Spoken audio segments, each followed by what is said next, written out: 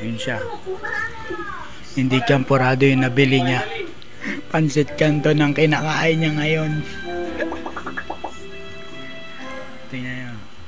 Hi netizens! Hello! For today's video, napaka-special itong video na to para sa akin dahil sa tagal namin nag-date monthly. Ito medyo malaking purchase ang dito para Pansit Canton ang kinakain niya ngayon. Walang champurado eh.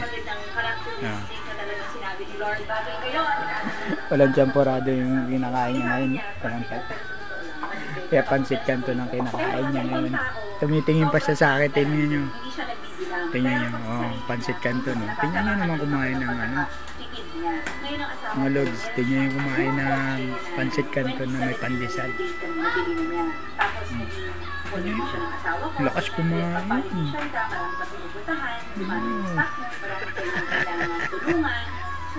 Oh, sumasapot pa.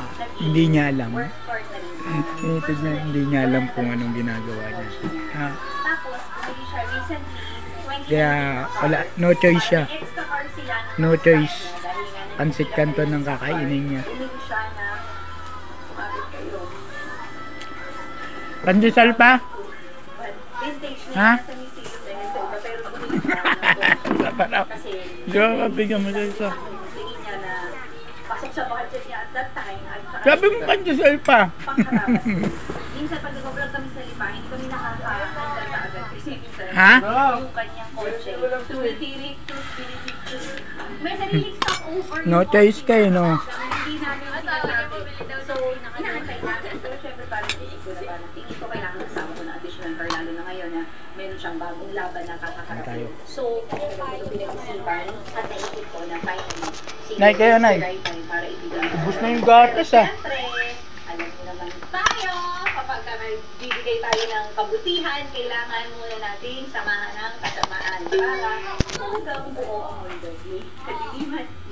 Ano? Ito malat, Bet? Ako ay may kaibigan si Mark. Si Mark ng Mark Auto Cars. Gusto ko muna bago isalapin ko si Mikey yung kanyang regalo namin. Gusto ko muna siyang i-prank. So, alam ko na ang asawa ko ay hindi makinig sa mga luxury car, mga mamahaling kotse. Para sa kanya, hindi na yan practical. So, kinusap ko si Mark. At nang pinapili ako ni Mark, ang dami ng kotse. Pinapili niya ako kung ano yung tingin ko na naniniwala si Mikey na pwede kong bilhin sa kanya. And finally, ito ang napili ko. Oh, yung Pansit Canton mo, mahulog. Bakit? Kasi si Mikey ay laging nanonood kay Anakay, shoutout kay Anakay, na laging kong pag-iil. Si na Anakay ay may makandil. So sabi ko, ito perfect. Sasabihin ko, ito ang bibili ko para sa kanya.